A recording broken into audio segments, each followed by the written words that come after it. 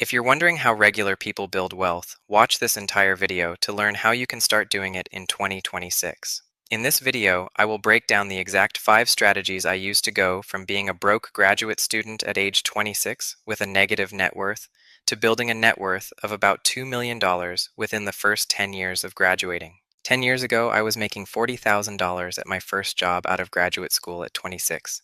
No savings, no investments, just student loans and big dreams. Today, I make $500,000 annually, own 2 rental properties that generate passive income, and I've built a net worth I never thought was possible when I was in my 20s. And I didn't start a business. I didn't get lucky with crypto. I didn't inherit a single dollar. In fact, the career path I walked is similar to the paths presented to what most people have as well. Please hit the like and subscribe button to bump the YouTube algorithm. In exchange, click on the link in the description to download your free financial tracker so you can start building your rich life immediately. Let's get into it. So what does wealth actually mean? Before we dive into the strategies, let me clear something up and define what wealth actually means. Wealth isn't just a big number in your bank account. Real wealth is having assets that generate income. I repeat, these assets make money for you without you. It's financial security, it's freedom of choice, it's peace of mind. For me, wealth meant reaching a point where losing my job wouldn't destroy me financially, where I could take career risks, where unexpected expenses were annoying instead of devastating. This is what I call taking off the financial handcuffs so I can live more freely. That's what we're building toward, not just money, but options. So here's the 3 harsh truths most people won't tell you. Truth number 1, time is your most powerful wealth building tool. There's no hack that beats compound interest over decades. A 25-year-old investing $500 a month will have more at 65 than a 35-year-old investing $1,000 a month. Why? Because that 25-year-old has 10 extra years of compound growth doing the heavy lifting. The lesson? Start now, even if it's just $50 a month. Truth number 2, your income ceiling matters way more than your budget floor. Yes, budgeting helps, but there's a limit to how much you can cut. There's no limit to how much you can earn. I saved aggressively when I made $40,000, but I didn't build real wealth until I focused on increasing my income. Going from $40,000 to $80,000 created more wealth building capacity than years of penny pinching ever could. Truth number 3, assets build wealth. Income just pays bills. The wealthy stay wealthy because they convert income into assets that generate more income. Every dollar I earn follows this path. Income to budget to assets to passive income to more assets. That flywheel? That's how wealth compounds while you're sleeping. In order to actually get wealthy, you must untie the correlation between time and money, because if money is always tied to time, you will always have a limit to how much money you can make, just like there are limited hours in the day. All right, so let's get into some strategies that the average person can do today to start building wealth. Strategy number 1, maximize your human capital. Your ability to earn money is your most valuable asset, especially when you're young. Here's what I did. First, I negotiated every single job offer, never accepted the first number. Even a $5,000 bump compounds over your entire career. To be fair, when I joined a small tech company for the first time, the first offer they sent me had a salary of $140,000 annually. I negotiated this up to $170,000. The extra $30 allowed me to max out my 401k and Roth IRA that year.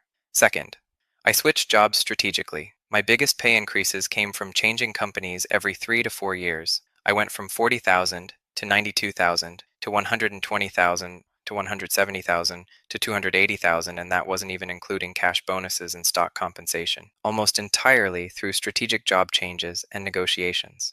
Don't get me wrong, this required a lot of hard work I put into my day job, so it didn't come easy. But these opportunities only come to those that work hard and communicate clearly with their employer to align their value they bring, which justifies the compensation raise.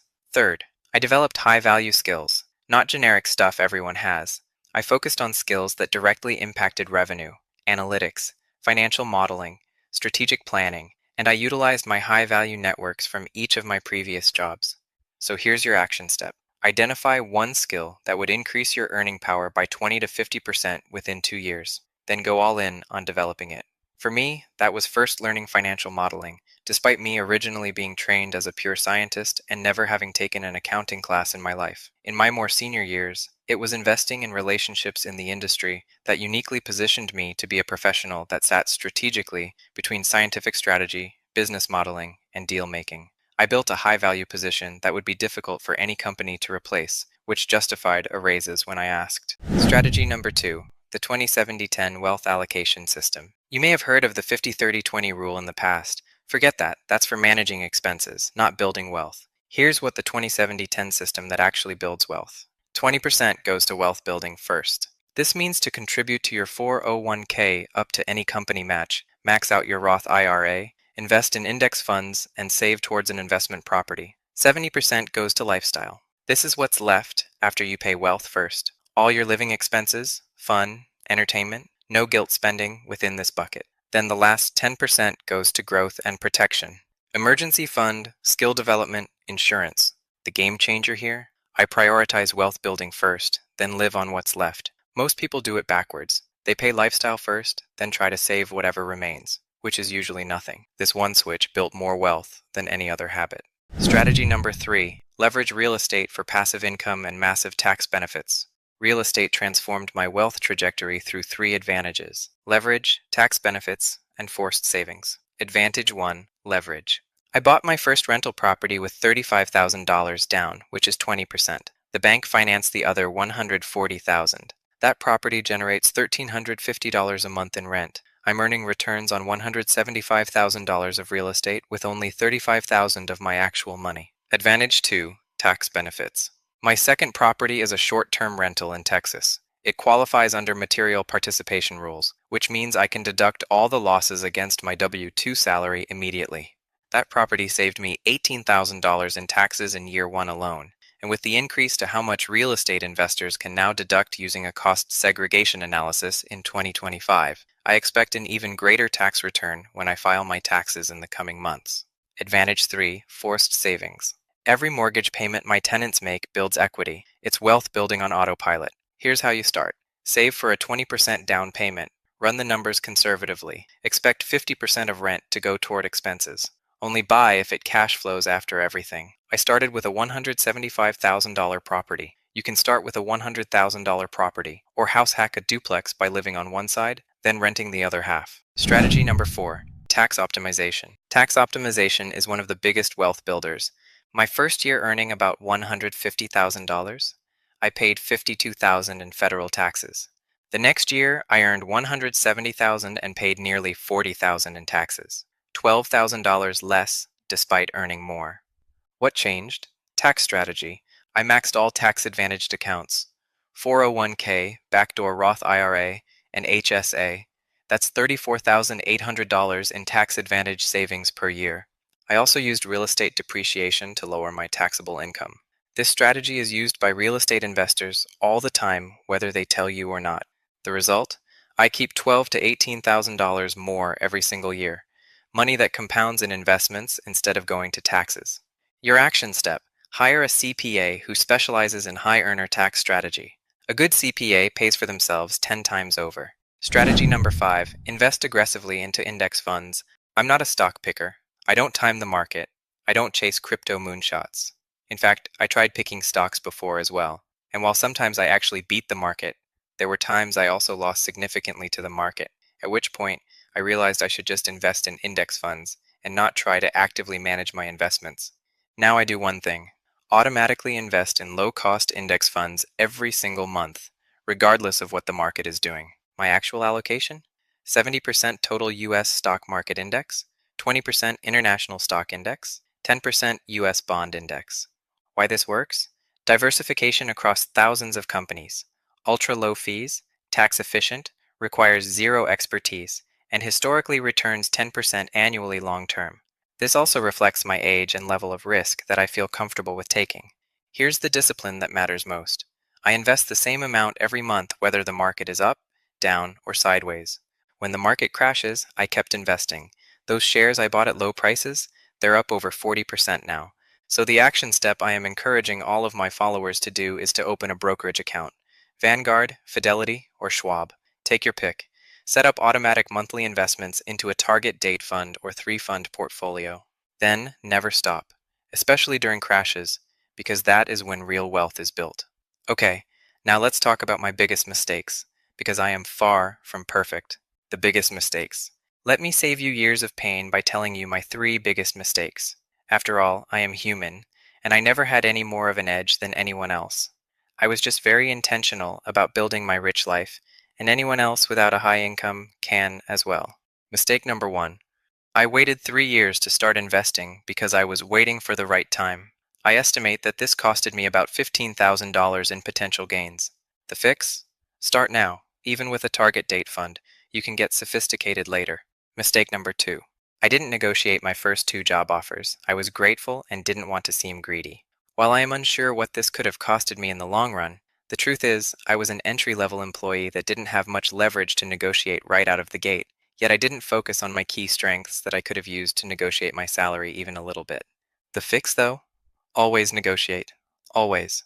Companies expect it.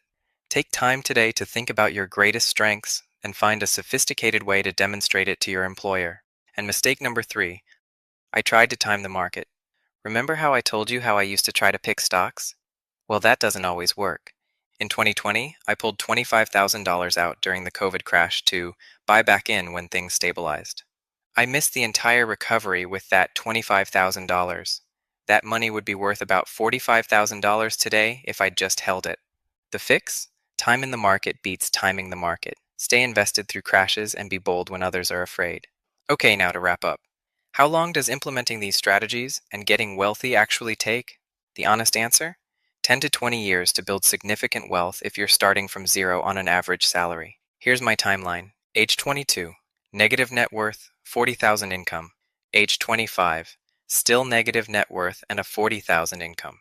Age 26, still negative net worth but now $90,000 income. Age 28, 120,000 net worth with a $170,000 income. Age 30, 280,000 net worth with a $240,000 income. Age 34, $1.2 million net worth with an income of $280,000. Age 37 today, just over $2 million net worth with an income of $450,000. Follow the channel because I will one day go through my exact detailed journey of my wealth building years, so you can learn from it as well. What I will say, though, was that none of that net worth was given to me from my parents. It came through investing, reasonable budgeting, discipline, and of course there is an element of luck in everything. Your timeline depends on your starting income, your savings rate, your income growth, and whether you can control lifestyle inflation. But here's the reality. Most people can reach financial independence in 15 to 20 years, saving 20 to 30% consistently. I know that sounds like a long time, but 20 years will pass whether you build wealth or not. Start today. My final message to you. After everything I've learned going from 0 to 2 million plus net worth, here's what actually matters. Consistency beats intensity every single time. You don't need to be perfect. You don't need to save 50%. You don't need to work 80-hour weeks. You need to save something every month. Invest consistently. Increase your income over time. Avoid major mistakes. And not give up when markets crash or life gets hard. Those 5 things, done consistently for 10 to 20 years, will make you wealthy. For me, it has only been 10 years since I graduated from my graduate studies. You can do it too, I promise. If you want my free net worth tracker template that I personally designed and used during my financial journey, I will put a link in the description below. It's pre-built with formulas, and you can start to see where you can improve your expenses so you can invest more towards building your rich life. It takes only 5 minutes to set up. And if you found this helpful, please hit the like and subscribe buttons to help the YouTube algorithm. And remember to visit my website to get your free financial tracker, the same one I used to build my rich life.